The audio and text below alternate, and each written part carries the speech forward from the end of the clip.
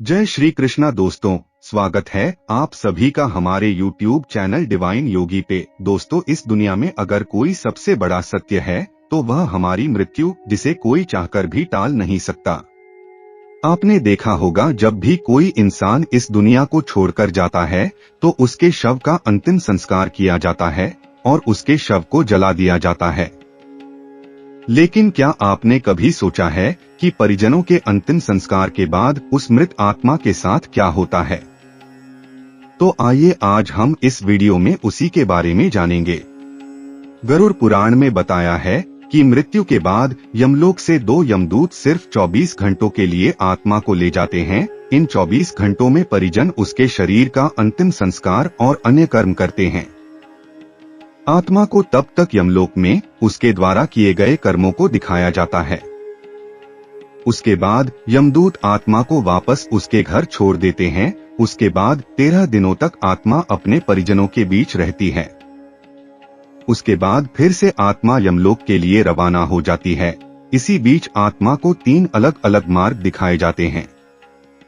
अब इनमें से किस मार्ग पर आत्मा को भेजा जाएगा, यह उसके जीवन में किए गए कर्मों पर ही निर्धारित होता है।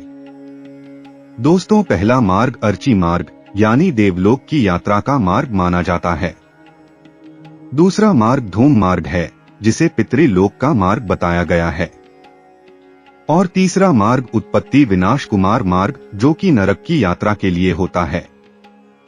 अपने पाप और पुण्य को निर्धारित समय तक भोगने के बाद आत्मा को फिर से नया शरीर मिलता है।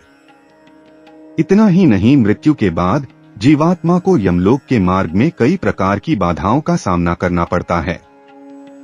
इन्हीं बाधाओं में से एक है यमलोक में मार्ग में पड़ने वाली वैतरणी नदी। ऐसा माना जाता है कि पुण्यात्मा तो इस नदी को बड़ी आसानी से पार कर लेती है, लेकिन पापी आत्मा इस नदी में बुरी तरह प्रताड़ित होती है। गरुड़ पुराण में बताया गया है कि पक्षीराज गरुड़ श्री हरि विष्णु से पूछते हैं कि हे प्रभु, मृत्युलोक और यमलोक के बीच जो वैतरणी नदी स्थित है, उससे जीवात्मा का क्या संबंध है और उसे इस नदी से कैसी सजा भुगतनी पड़ती है? जिसके जवाब में भगवान श्री हरि ने कहा कि हे गरुड़, जो भी पापी आत्मा इस नदी में प्रवेश करती है तो उस नदी का रक्त रूपी जल कड़ाह में रखे घी की तरह खौलने लगता है। यह नदी घड़ियाल, मगरमच्छ और कई अन्य मांसभक्षी पक्षियों से भरी हुई है। नदी में जैसे ही पापी आत्मा का प्रवेश होता है, वह 12 सूर्य के गर्मी के समान तपने लगती है। उससे उस महताप में पापी चिल्लाते हुए करुण विलाप करने लगता है।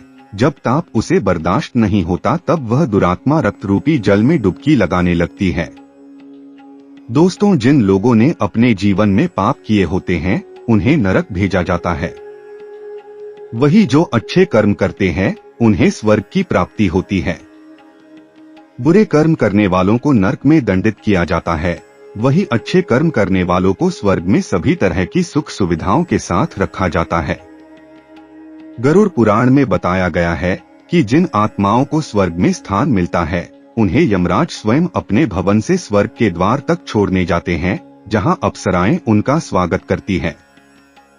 वही जो लोग सिर्फ अपने बारे में सोचते हैं और जीवन भर किसी दूसरे का हित नहीं करते, उन्हें नरक में स्थान मिलता है। बता दें, गरुड़ पुराण में अलग अलग नरकों का भी जिक्र किया गया है, जहां मृत आत्मा को पापों की सजा मिलती है। इसके अलावा गरुड़ पुराण में अंध आश्रम नरक के बारे में कहा जाता है।